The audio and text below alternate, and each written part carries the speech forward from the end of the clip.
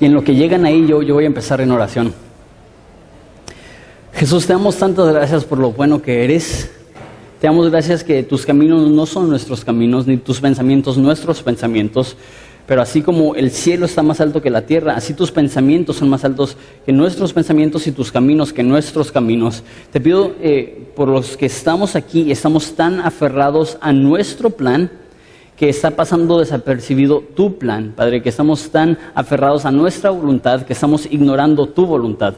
Te damos gracias porque tú nos hablas y tú nos mueves a través de la voz del Espíritu Santo y a través de la predicación de la palabra. Entonces, Padre, te pido que nuestros corazones estén sensibles en esta mañana para seguir la dirección que tú nos des.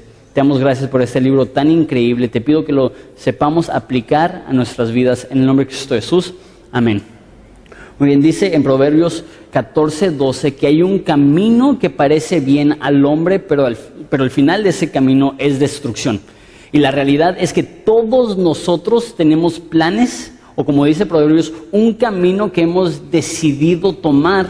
Y la realidad es que, no sé tú, y no sé si te ha pasado, pero a mí me ha pasado infinidad de veces que tengo un plan, tengo una estrategia, tengo unos pensamientos que yo estoy convencido que es lo correcto, que es de Dios, y de repente cuando me aferro a ese plan me empiezo a dar cuenta que a lo mejor no fue lo más correcto, y sé que todos lo hemos pensado. A lo mejor has dicho, no, esta inversión, no, después de hacer esta inversión voy a ser rico, voy a ser millonario, voy a ser putrimillonario, y de repente te das cuenta que fue una farsa, que te fue requete mal, o esta persona me va a ser fiel el resto de la vida, y de repente te das cuenta, sabes que esa persona me traicionó, me ofendió, me lastimó, o esta decisión, sé que esa decisión es buena.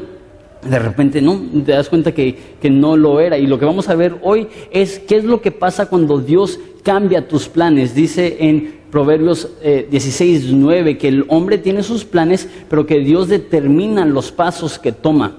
Entonces hoy vamos a ver la historia de Felipe y cómo Dios cambió sus planes. Vamos a ver la historia. Dice en versículo 26 del capítulo 8. Dice: un ángel del Señor habló a Felipe diciendo: levántate y ve hacia el sur, por el camino que desciende de Jerusalén a Gaza, el cual es desierto. Un poco de historia nada más para recordar dónde estamos. Está hablando a Felipe. ¿Quién es Felipe? Felipe es uno de los 7 diáconos que fueron elegidos en capítulo 8. Había una necesidad de servir mesas para unas viudas, entonces eligieron a 7 hombres, y estos 7 hombres estaban sirviendo, eran como estamos viendo ahorita, eran como mujeres, nada más estaban haciendo lo que podían para ayudar a las viudas necesitadas. Y vimos que un hombre de ellos, Esteban, habló con denuedo la palabra de Dios, empezó a predicar y de hecho llegó a morir como mártir. Y después vimos a otro hombre de esos 7, que es Felipe, que cuando llegó la persecución a Jerusalén y fueron esparcidos por todas las partes, él se fue a Samaria y empezó a compartir el evangelio. Muchas personas empezaron a convertir, empezó una iglesia, había avivamiento, hasta estaban llegando los apóstoles, llegaron Pedro y Juan para orar por las personas para que recibieran el poder del Espíritu Santo. Una iglesia increíble que estaba creciendo, bautizando a muchos, dice, hombres y mujeres de todas partes estaban bautizando. El mago de la ciudad perdió su trabajo porque todas las personas ya no creían en su superstición, y vemos que es una iglesia increíble. ¿Y qué es lo que pasa? Dice aquí, llegó un ángel del Señor y habló a Felipe y le dijo: levántate y ve al desierto. Ok, no sé tú, pero si un ángel a mí me hablara, y un ángel es simplemente un mensajero de Dios, no es algo así como que muchas veces tenemos esta idea que no, el ángel de la guardia o lo que sea, no, simplemente Dios a veces habla a través de un mensajero, un ángel, y Dios llega a Felipe y le dice: ve, deja tu iglesia y vete al desierto. Me imagino que Felipe estaba como que, ¿y qué pasó con la gran comisión? ¿Qué pasó de ir y hacer discípulos a todas las naciones? Para hacer discípulos necesitas gente. ¿Qué es lo que no hay en el desierto? No hay gente. Y no es como un desierto como Mexicali, que es desierto, pero hay poblados, o como Hermosillo, que es desierto, pero es una ciudad grande. El tramo y el lugar donde le está diciendo Dios es un lugar no solamente que es desierto en cuanto al clima, pero es desértico, que no hay personas, no hay nada, lo único que hay es un camino. Entonces me imagino que Felipe pudo haber dicho, ¿sabes qué? Mejor mandamos a don Pepito. Él no es pastor, él no tiene el llamado, y si quieres que alguien vaya a evangelizar al desierto, mandamos a ese cuate. Pero no, él como el pastor titular de su congregación, cuando Dios le dijo, tienes que irte, decidió irse. Esto es increíble. Mira lo que dice versículo 27. Dice, entonces se levantó y fue. Y sucedió que un etíope, eunuco, funcionario de Candace, reina de los etíopes, el cual estaba sobre todos sus tesoros y había venido a Jerusalén para adorar. ¿Qué es lo que dice a principios del versículo 27? Dice, entonces él se levantó. Eso es obediencia inmediata. Y no me imagino cómo estuvo cuando le dijo a su congregación. Acuérdense, él era un pastor, él era el líder de la congregación en Samaria, y se para enfrente de su congregación y dice, Dios me habló un ángel y necesito irme. Me imagino que las personas estaban como que, vas a ir a plantar una iglesia, vas a ir a ayudar a los apóstoles, ¿qué vas a ir a hacer? No, voy a ir al desierto. ¿Qué? ¿Seguro que te habló Dios? ¿Seguro que no estás entrándole a algo, seguro que no necesitas entrarle a algo? La verdad, estás mal, estás loco, estás pensando locuras. ¿Cómo vas a dejar una iglesia que Dios está bendiciendo para irte al desierto? Dos cosas que me demuestra esto. Uno, cuando una obra es genuinamente de Dios, no depende del líder titular. ¿Por qué? Porque él se pudo ir al desierto y la iglesia pudo continuar. Él reconocía que él no era indispensable para la iglesia en Samaria. Cuando un ministerio opera de una forma bíblica, no depende de ningún hombre porque Dios es el que la sostiene. ¿Sabes qué? Esto me demuestra que Horizonte está mínimo en este aspecto siguiendo bien los pasos de Dios. ¿Por qué? Porque hace como 2 años, ya casi 2 años y medio, tuvimos una transición así en la cual se enfermó mi papá y el líder titular tuvo que ceder las riendas, por decirlo así, y eso era una oportunidad para que la iglesia se devastara. Y siempre me vuelve la cabeza que nosotros pasamos de ser una iglesia pastoreada por un pastor con 30 años de experiencia, un carisma impresionante, un maestro impresionante de la Biblia, a un chavo de 21 años sin experiencia, sin carisma y apenas aprendiendo. Y de hecho, habían personas que me dijeron, ni se te ocurra tomar esa oportunidad porque de la iglesia que tu papá trabajó por años, por más de una década para desarrollar, tú la vas a destruir. Y de hecho, uno de mis amigos me dijo, me sorprendería si en 2 años hay 20 personas, no me sorprendería si en 2 años hay 20 personas en Horizonte. Y yo le dije, gracias por tu apoyo, gracias por tu ánimo, Dios te bendiga. ¿Y qué es lo que pasó? Sí, obviamente hubo un tiempo en el cual disminuyó la asistencia y muchas personas, particularmente los mayores que batallaban más con mi juventud, se fueron. Pero ¿qué es lo que está pasando? Mira, otra vez tenemos un edificio lleno. En lo que va del año ya tenemos 20 personas bautizadas. Nuestra oración es que más personas se bauticen hoy. Personas están conociendo a Jesús, personas están creciendo en su fe. ¿Por qué? ¿Porque soy un increíble líder? No, porque el que gobierna en esta iglesia es Jesucristo y porque la iglesia depende de Él. Cristo mismo dijo que ni las puertas del infierno prevalecerán contra su iglesia. Estamos viendo esto en esta iglesia, que esta iglesia no depende de ningún hombre. Y si yo salgo de aquí y me atropella un camión, créeme, Dios va a cuidar de esta iglesia porque no depende de mí. Entonces se va Felipe. La segunda cosa que me demuestra esto es lo que es una persona que está sometida a la palabra de Dios. Porque Felipe no buscó confirmación. Vemos en la historia de Gedeón en la Biblia que Dios le dijo, ok, tú vas a ser un guerrero, tú vas a ir en contra de esta nación, y Gedeón le pidió a Dios una señal, una confirmación. Y ahora nosotros hemos distorsionado las escrituras para que no importa qué asunto sea, siempre queremos confirmación. Déjate digo esto, no necesitas confirmación para obedecer lo que Dios claramente te ha dicho. No necesitas, no debes decir, ok Dios, ya sé que tú quieres que ame a mi esposa, pero mándame una señal, que llueva, que llueva. Dios, ya sé que tú quieres que sirva en la iglesia, pero mándame una señal, que le caiga un rayo al inútil de mi esposo. Y yo sé que tú quieres que te sirva de tiempo completo en la iglesia. Y somos una gente, una cultura que nos encanta buscar confirmación. Y hasta muchos líderes dicen, ok, qué bonita idea, ¿ya buscaste confirmación? Hay algunos aspectos para los cuales sí necesitas confirmación, hablar con un líder, leer las escrituras, asegurarte que Dios te está guiando. Pero si es algo claro, que Dios te ha hablado claramente a través de la escritura, si no obedeces inmediatamente, estás postergando, y postergar es obediencia a medias, que realmente no es obediencia, es rebelión. Entonces, cuando Dios habla claramente, debemos de hacer lo mismo que hace Felipe. Ni siquiera nos dice que espera, ni siquiera nos dice que transcurrió tiempo, nada más dice, ve al desierto, siguiente versículo, entonces él se levantó y fue.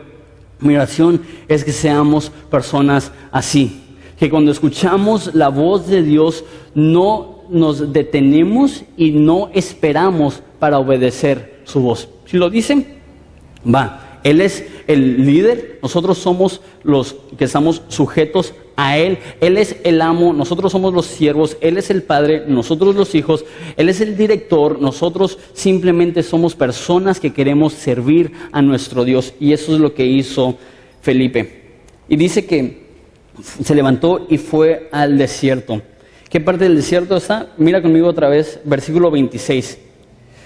Dice que es un camino que desciende de Jerusalén a Gaza. Entonces, si tienen sus Biblias, la mayoría de sus Biblias tienen un mapita en la parte de atrás. Y en todos los mapas se ve esta sección, porque está justo abajo de Israel. Entonces, si van, por ejemplo, al mapa de,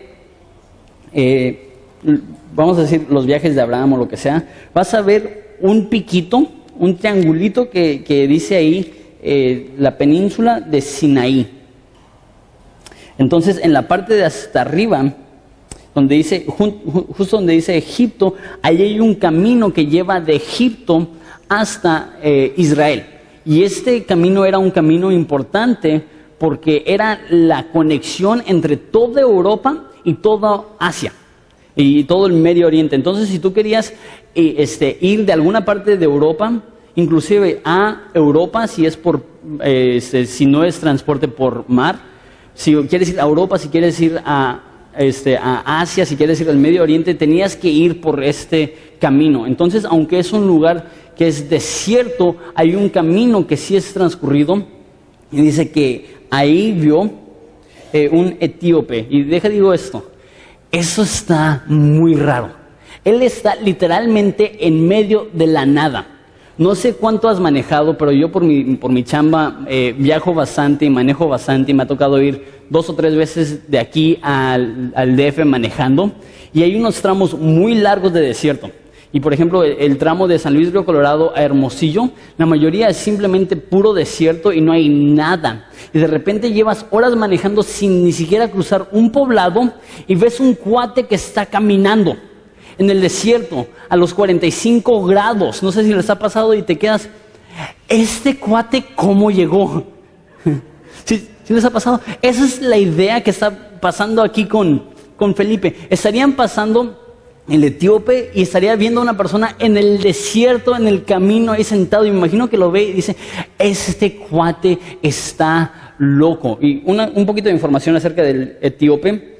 Obviamente nos dice que es de Etiopía, y eso es, para darles una idea, yo no soy muy bueno con geografía, pero para darles una idea, está Egipto, si puedes imaginar, esto es África, está Egipto, está Sudán, y después está Etiopía. Son 3,000 kilómetros de Etiopía a Jerusalén.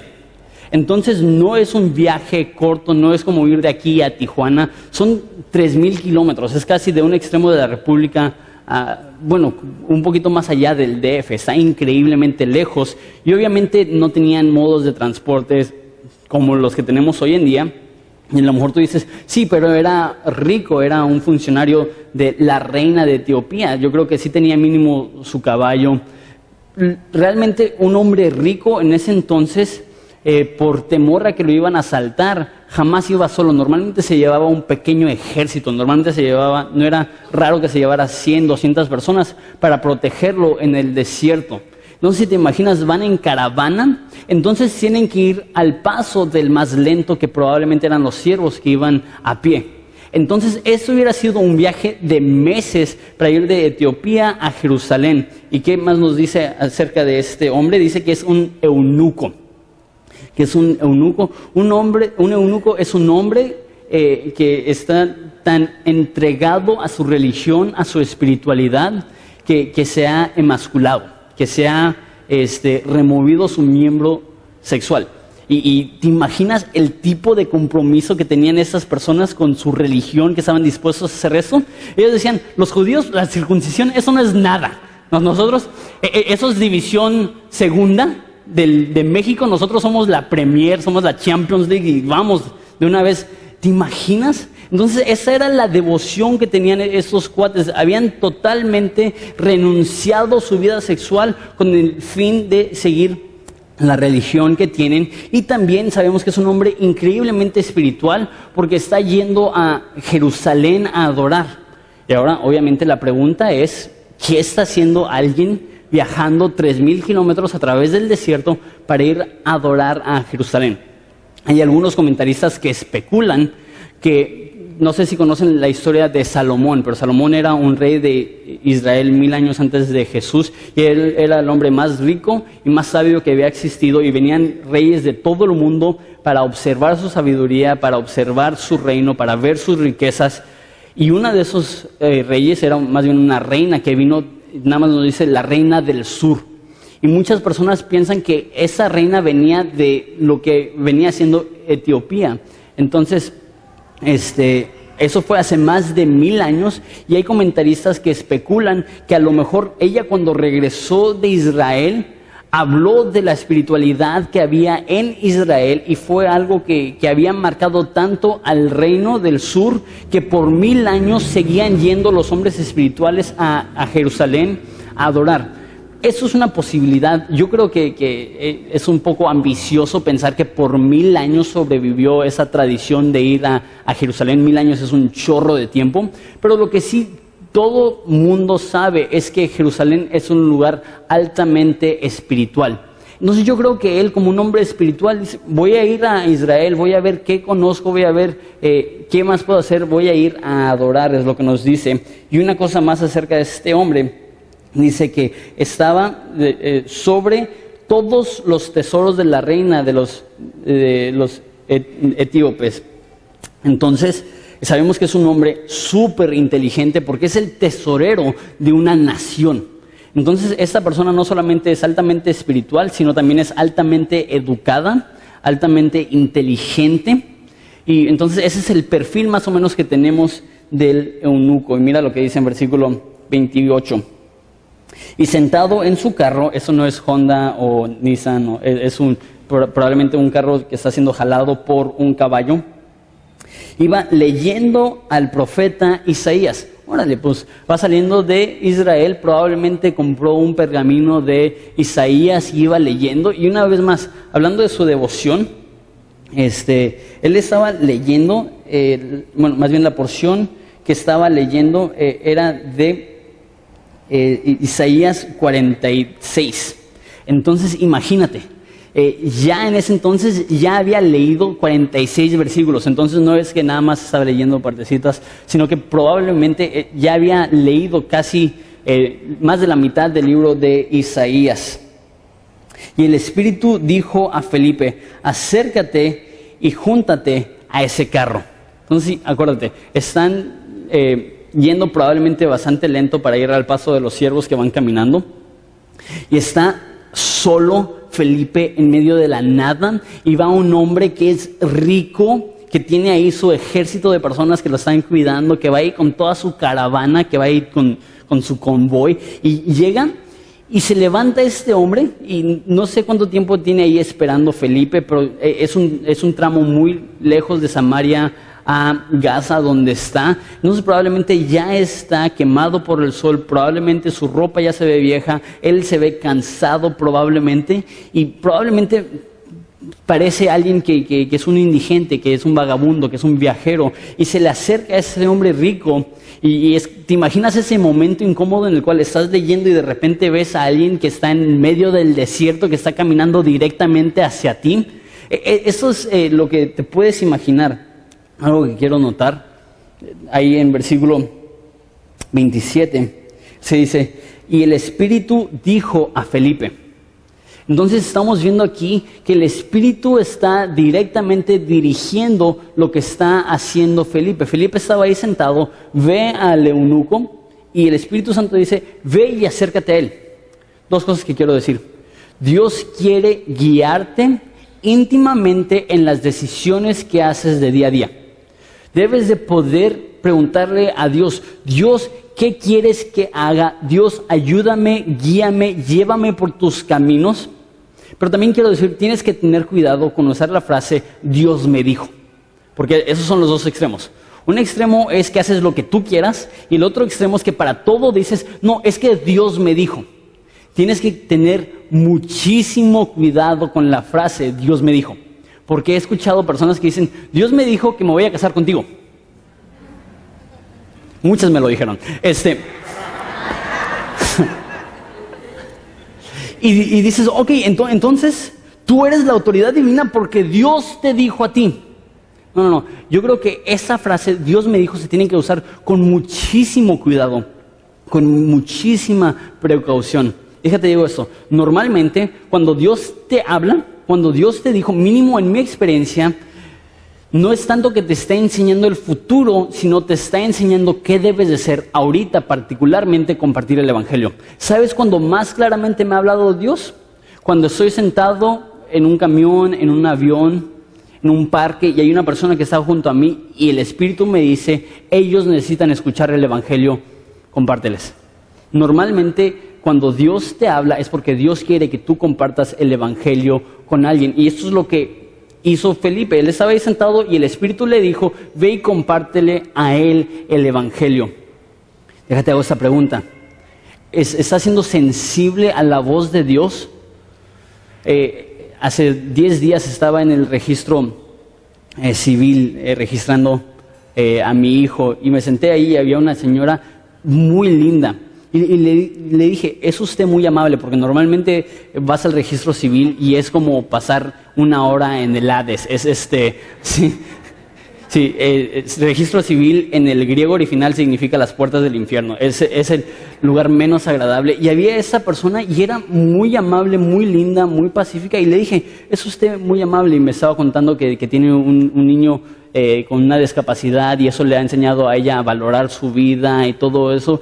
Y es cuando le pude compartir, nosotros también tenemos una casa para niños discapacitados y déjate digo, eso lo hacemos porque amamos a Jesús. Y ella estuvo impresionada, dijo, wow, no he conocido a alguien de tu edad que hablara de Jesús de esa forma. Iba saliendo, y clásico, la persona que quería tomarme la foto con mi hijo, no paparazzi, con mi hijo que... Ay, Dios mío, ayúdame, ilumíname. Y me dio la foto y me dijo, a usted lo he visto, ¿de dónde lo conozco? Dije, no sé, ¿alguna vez ha ido a Horizonte? Ah, no, yo lo he visto en la televisión, ¿puede orar por mí? Y ahí mismo empezó a decir, tengo necesidades, quiero conocer a Jesús, ¿qué puedo hacer? Y la cuestión es que todos nosotros tenemos que estarnos preguntando a cada rato, Dios, ¿quieres que hable con esta persona? Dios, ¿quieres que hable con esta persona? Dios, ¿quieres que hable con esta persona? ¿Cuál va a ser la respuesta? Yo creo que el Espíritu Santo te va a decir vez tras vez, sí, ve y habla con ellos. Y esa es una de las formas que Dios dirige, es simplemente, yo creo, es más como, no sé si en esta ocasión es una voz audible, no lo dicen, pero en la mayoría de los casos, más que una voz audible, yo creo que es una intuición divina en la cual Dios simplemente lo pone en tu corazón para que tú lo hagas. Entonces, él se acercó y dice, versículo 30, acudiendo Felipe, otras traducciones dice, corriendo hacia él, o acercándose a él, entonces nos da la idea que está ahí en el desierto en medio de la nada y él agresivamente se acerca a su carro. Versículo 30, le oyó que leía al profeta Isaías y le dijo, pero ¿entiendes lo que lees? Entonces, esto parece ser suerte, casualidad. Imagínate, está en medio del desierto, llega un hombre que está viajando de Etiopía a Jerusalén porque quiere practicar devoción espiritual. Él se acerca a él y está leyendo Isaías. No creo que sea suerte, no creo que sea casualidad. Yo creo que donde Dios guía, Dios abre puertas y da oportunidades. El pastor Chuck Smith, yo creo que su frase más famosa es, donde Dios guía, Dios provee. Eso está hablando primordialmente acerca de lo económico. Si Dios te ha llamado a algo, un ministerio, una labor, Dios va a proveer las necesidades económicas de aquella cosa. Dios no te va a pedir que hagas algo sin darte los recursos para hacerlo. Pero yo creo que va más allá de lo económico. Y también yo creo que si Dios genuinamente te ha llamado a algo, Dios te va a dar puertas abiertas para que compartas el evangelio. Entonces hay personas que me preguntan, ¿debo de estar trabajando aquí? Mi pregunta es, ¿está abriendo puertas Dios ahí para que seas luz? ¿Están haciendo preguntas a sus colaboradores? ¿Te están buscando, te están pidiendo consejos? ¿Estás hablando de Jesús? Si Dios está normalmente es porque Dios está guiando. Y Dios le abre esta puerta increíble que este hombre está en el desierto, que por casualidad está leyendo el libro de Isaías. Y dice, pero ¿entiendes lo que lees? También me impacta que él no llega en plan agresivo de debatir, diciendo, yo sé de dónde eres, yo sé que en tu región hay muchas falsas religiones y muchos falsos ídolos, y tú tienes que arrepentirte de tu idolatría. No. Él llega y ve que está leyendo la Biblia y le dice, ¿entiendes lo que lees? La mayoría de gente no les importa cuánto sabes hasta que saben cuánto les importas. No están esperando ver cuánta información contienes hasta que ellos pueden comprobar que realmente te preocupas por ellos. Y les ha pasado, mínimo a mí me ha pasado, que llega un cristiano y la primera pregunta que hace, ¿eres salvo? ¿Necesitas conocer a Jesús? Y yo como que, no, soy pastor, no me lastimes. Y él nada más llega y dice, ¿entiendes lo que estás leyendo? No está siendo agresivo, sino está haciendo una pregunta para profundizar en el tema de Jesucristo. Si quieres evangelizar, si quieres alcanzar, esa es una muy buena estrategia. Con tus hijos, pregúntale, ¿qué es lo que entiendes acerca de Dios? ¿Qué es lo que conoces acerca de Dios? Esa es una de las preguntas que más uso y la mayoría de las personas se quedan patinando. Me acuerdo una vez que compré un café y le dije, muchas gracias, hay una pregunta, una duda. ¿Qué opinas acerca de Jesús? Y se me quedó como que, ¿cómo? Sí, Jesús de la Biblia, ¿qué opinas acerca de él? Y no entiendo la pregunta. No sé si te han contado, hay alguien que se llama Jesús, que es Dios, que vivió hace 2000 años, que te ama, Dios. Realmente no te entiendo. Realmente, aunque la gente se crea religiosa, muy pocas veces ha considerado realmente qué es lo que creen acerca de Jesús. Y en vez de llegar a atacar, yo creo que es mucho más sabio y útil,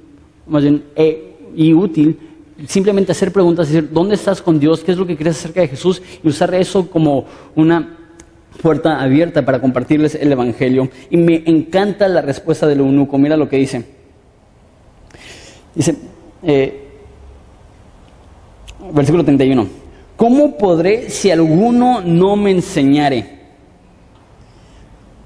Y le dijo, y le rogó a Felipe que se subiese y se sentara con él. Una vez más, este hombre es espiritualmente devoto, este hombre es increíblemente inteligente, es el tesorero de una nación. ¿Y qué nos demuestra este pasaje acerca de este hombre? Humildad. Que aunque es una persona de mucho éxito político y es una persona de mucha devoción espiritual, él dice, necesito ayuda para entender. Yo creo que muchas veces el motivo que se nos hace difícil nuestro crecimiento espiritual es porque decimos, yo no tengo necesidad de nadie, yo puedo aprender solo. Y es peor cuando tienes una persona que en el ámbito secular es exitosa, porque ellos creen que porque son buenos ingenieros o porque son buenos licenciados o porque son buenos abogados que no necesitan ayuda. Déjate digo esto. Las personas que más prosperan en el evangelio, y a eso me refiero, que más profundamente y más rápidamente aprenden a aplicar las verdades del evangelio a su vida, son aquellas personas que son lo suficientemente humildes para decir, necesito ayuda, ¿me puedes enseñar? Y es lo que hace. Y me encanta que hasta lo invita a que se siente con él. Entonces, él está en el carro del eunuco y le dice, versículo 32. El pasaje de la escritura que leía era este: como oveja a la muerte fue llevado, como cordero mudo delante del que lo trasquila, así no abrió su boca. En su humillación no se le hizo justicia, mas su generación, ¿quién la contará? porque fue quitada de la tierra su vida. Entonces esto está en Isaías, pero claramente está hablando acerca de Jesús, de su muerte en la cruz. Y respondió el eunuco y dijo a Felipe: te ruego que me digas, ¿de quién dice el profeta esto? ¿De sí mismo o de algún otro? Entonces está diciendo, ¿está hablando de sí mismo? ¿Está hablando de otra persona? Y le responde Felipe, versículo 35. Y Felipe, abriendo su boca y comenzando desde esta escritura, le anunció el evangelio de Jesús. Me encanta, no deja de hacerlo. Mira conmigo capítulo 8, versículo 4.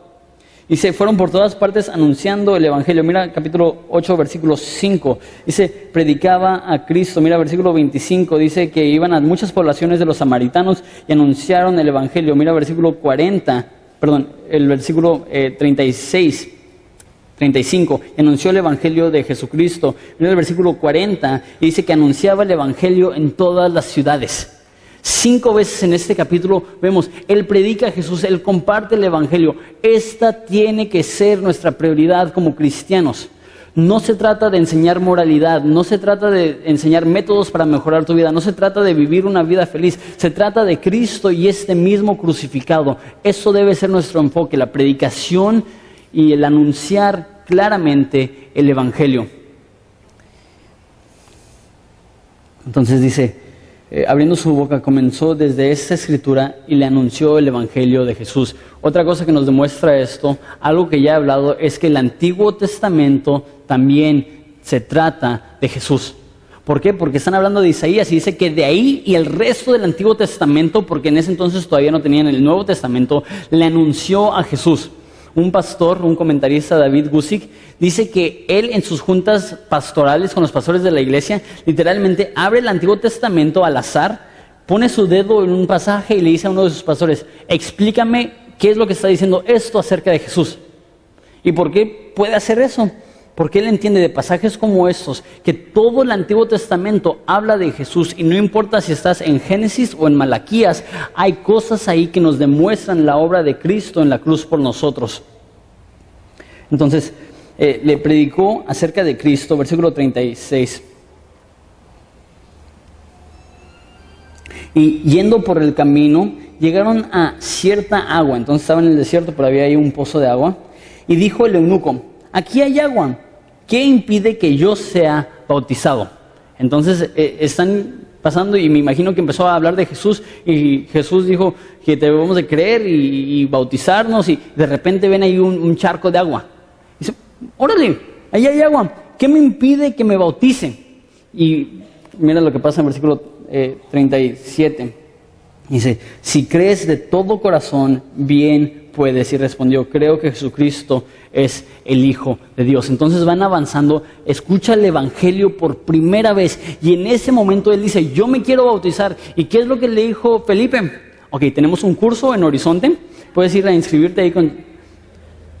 No, y hay muchas iglesias que utilizan el tiempo del bautismo estratégicamente para asegurarse que las personas son cristianas. Entonces dicen, ok, vamos a tener bautizos en 2 meses, si te quieres bautizar, inscríbete y en estos 2 meses va a haber un curso para asegurarnos que eres cristiano. Ahora, yo no creo que eso es malo, al contrario, yo creo que es bueno, es una buena forma de discipular a las personas, pero ese es como que nuestro deseo. Nuestro deseo es que si tú llegas hoy y no eres cristiano, y te das cuenta que necesitas a Jesús y te arrepientes de tus pecados y le entregas tu vida a Él de todo corazón, que hoy mismo te puedas bautizar. Entonces ya tenemos la pila llena, ya estamos listos para los bautizos. Y algo que se me hace muy interesante acerca del eunuco es que no dijo, mira, ahí hay agua para bautizarnos, lástima que no traje una toalla.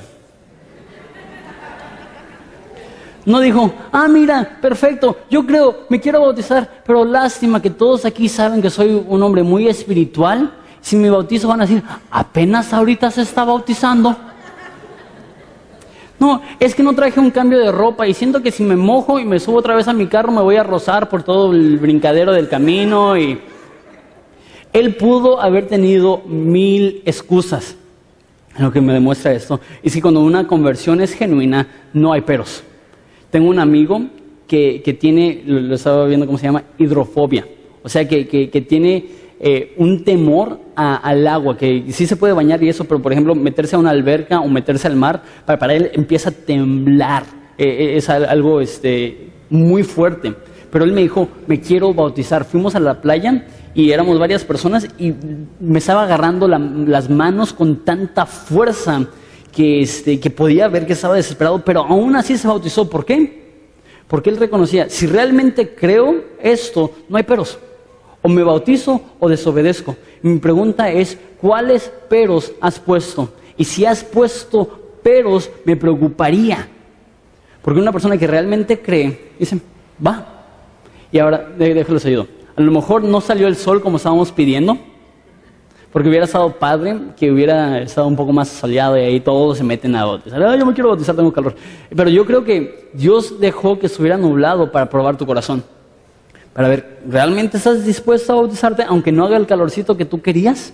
¿Realmente estás dispuesto a bautizarte aunque las condiciones no son las mejores? Y déjate digo esto.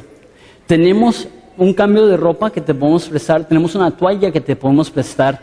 Realmente no hay excusas ni pretextos. Si tú eres cristiano y no te has bautizado, estás en rebelión si no lo haces.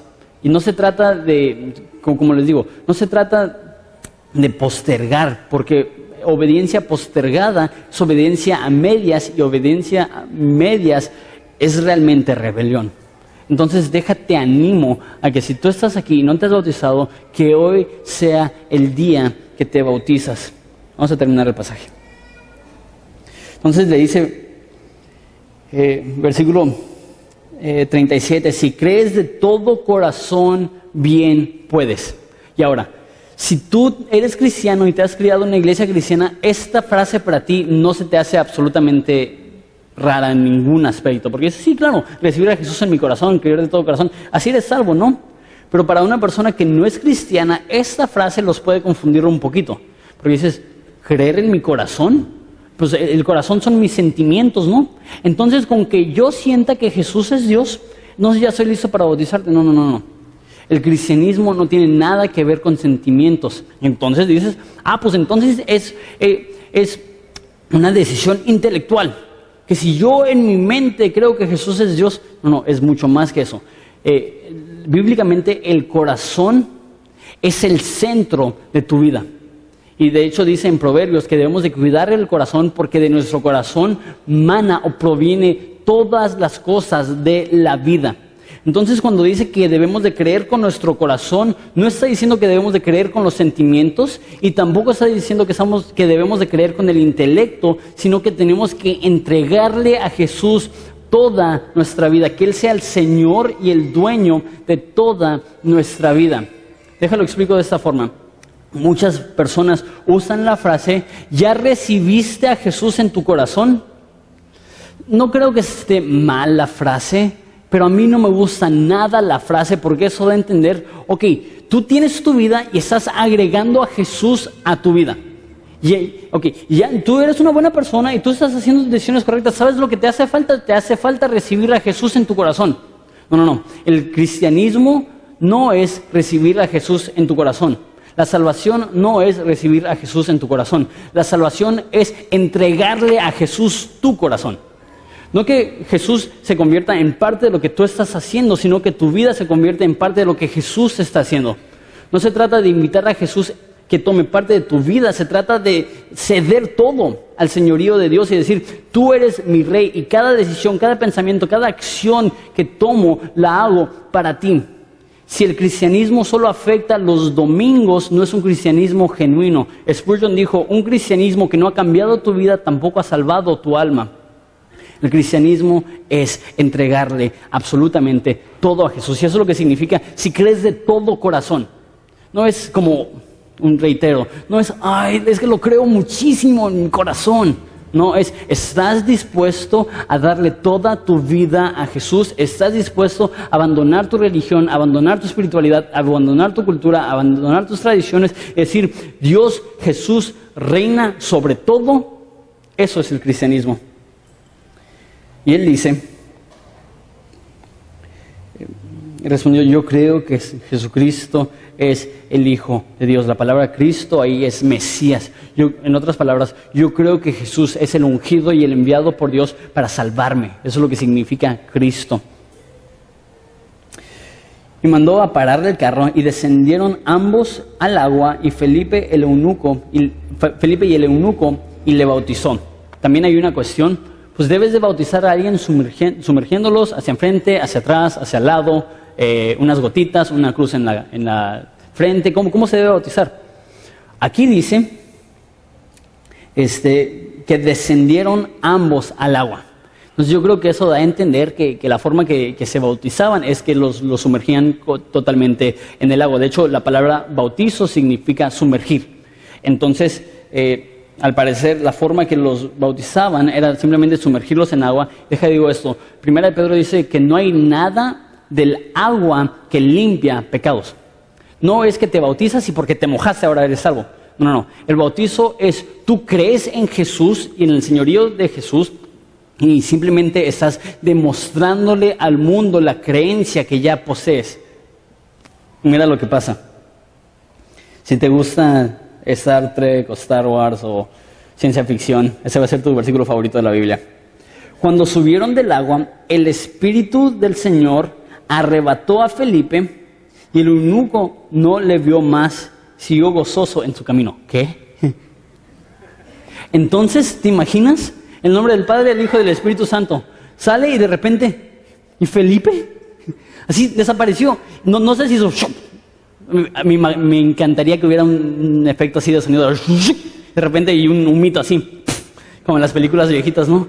¿Quién sabe cómo pasó? Ni la menor idea. No te puedo explicar científicamente. No, es que cuando se combinó el polvo que tenía en su piel con el agua, de repente no tengo ni la menor idea cómo pasó. Y ¿sabes qué? Yo creo que es bueno que haya partes de la Biblia que simplemente no entendemos. Chuck Smith dice, si puedes creer Génesis 1:1, en el principio Dios creó los cielos y la tierra, lo demás es fácil.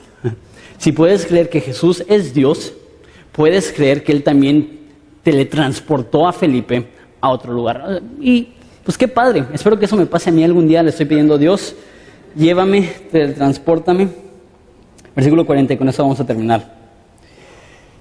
Pero Felipe se encontró en Azoto. Nada más para darte una idea, está a 50 kilómetros de distancia. Entonces no fue que él se teletransportó de aquí a la esquina. Es que 50 kilómetros más hacia el norte, de repente sale Felipe y ¿dónde estoy? A Azoto. Estoy en Azoto. Yo creo que algo así fue.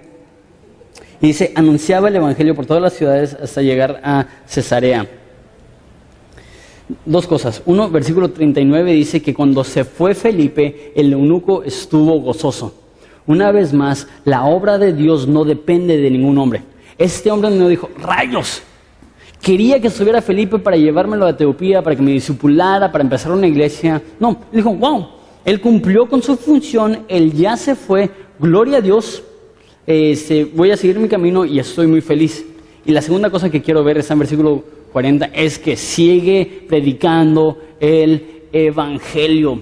Y si la Escritura le pone énfasis, yo también le tengo que poner énfasis. La vida del cristiano se trata de esto, de amar a Dios y amar al prójimo. ¿Cómo amas al prójimo? Compartiéndole lo que Jesús ya hizo por ellos. Quiero terminar con esto. Yo creo que uno de los mensajes más claros de este pasaje es que Dios está interesado, obviamente, en el evangelismo masivo, donde muchas personas conocen a Dios. Y vamos a tener esto este sábado en el evento del 15 de septiembre. Va a ser un evento grande, van a haber muchas personas, pero eso no significa que Dios no esté interesado en cada individuo. Dios estuvo dispuesto a sacar a Felipe de una iglesia próspera con el fin de salvar solo a una persona. Y eso es el corazón de Jesús. A lo mejor muchas personas se bautizan hoy, a lo mejor muchas personas se arrepienten hoy, pero déjate digo eso. Cada número para Dios es una persona y cada persona tiene su historia y Dios te conoce a ti como un individuo y quiere salvarte a ti como un individuo. 3 historias de volada para ilustrar esto. Jesús hizo esto cuando fue a Samaria, él también en el pozo con la mujer samaritana. La Biblia dice que él tenía que pasar por Samaria. ¿Por qué? ¿Qué es lo único que hizo en Samaria? Le predicó el evangelio a la mujer samaritana en el pozo y la transformó. Y se fue. Otro ejemplo es el hombre gadareno, es el endemoniado gadareno. Él metió a sus discípulos a su barco, cruzaron el mar de Galilea, llegaron a una región donde había un endemoniado loco, desnudo, cortándose, rompiendo cadenas, viviendo en un cementerio, así totalmente loco, más locos que, no sé, que tus vecinos borrachos, así totalmente loco. Y llega y lo salva, le da el evangelio y lo manda como un misionero. Agarra, se da la vuelta y se regresa. ¿Por qué cruzó el mar de Galilea? ¿Por qué fue allá? Porque él estaba interesado en esa persona, en ese individuo. Última historia, yo creo que esa es la más clara. Cuando Jesús estaba en la cruz, pagando y expiando el pecado de toda la humanidad, recibiendo y portando la ira de Dios por cada pecado que hemos cometido, declarando, consumado es, vio al lado, vio un ladrón colgado, vio un hombre en necesidad y le predicó el evangelio al hombre que estaba junto a él en el momento de su muerte. Dios, aunque estaba alcanzando a las naciones, estaba alcanzando a su vecino. Dios, aunque tenía un amor por todos, tenía un amor particular por los que tenía ahí presentes. Déjate digo eso, si tú estás aquí y no eres cristiano, Dios te está buscando y no es casualidad que llegaste a Horizonte para escuchar esto. Si tú estás aquí y no eres cristiano, hoy es el día de tu salvación, hoy es el día en el cual como el eunuco puede decir, ya estuvo, ya no puedo vivir para mis tradiciones, ya no puedo vivir para mi espiritualidad, ya no puedo vivir por mi propio reino. He visto y he comprobado que Jesús es el Señor y sería un necio si me resistiera. Si tú estás aquí y no eres cristiano, te voy a pedir que hagas algo que va a tomar mucho valor. La mayoría de las iglesias, y eso es una de las cosas que, muchas cosas me molestan obviamente, así soy, pero una de las cosas que me molestan es que cuando personas invitan a personas a darle su vida a Jesús, es como que, ok, todos cierran sus ojos, ok, si quieres recibir a Jesús, levanta la mano. Ok, bájala. No vaya a ser que alguien te vea. Cuando la Biblia dice, el que me niega delante del hombre, yo también lo negaré. Pero el que me confirma, me acepta, me reconoce delante del hombre, yo le reconoceré delante de mi Padre que está en los cielos. Entonces, si tú estás aquí y tú no eres un cristiano y tú quieres arrepentirte de tu pecado, seguir a Jesús, entregar tu vida totalmente al señorío de Jesucristo, en este momento te voy a pedir que te pongas de pie enfrente de todos. Queremos darte un fuerte aplauso y darte la bienvenida a la casa de Dios. No sé si hay alguien.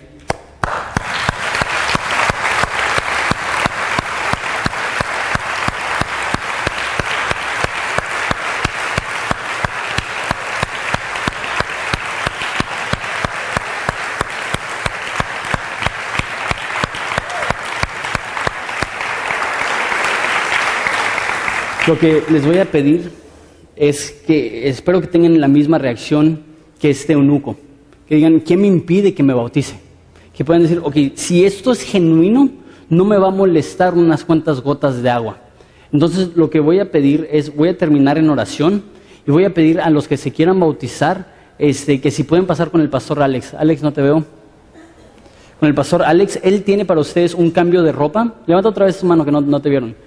Él tiene un cambio de ropa y él tiene una toalla que te quiere dar. Entonces voy a orar, vamos a concluir nuestro tiempo, vamos a tener nuestro tiempo de ofrendas, de alabanza, pero aquellos que se quieren bautizar, para que se vayan preparando y después del tiempo de alabanza les voy a pedir a la mayor cantidad de personas que se puedan quedar.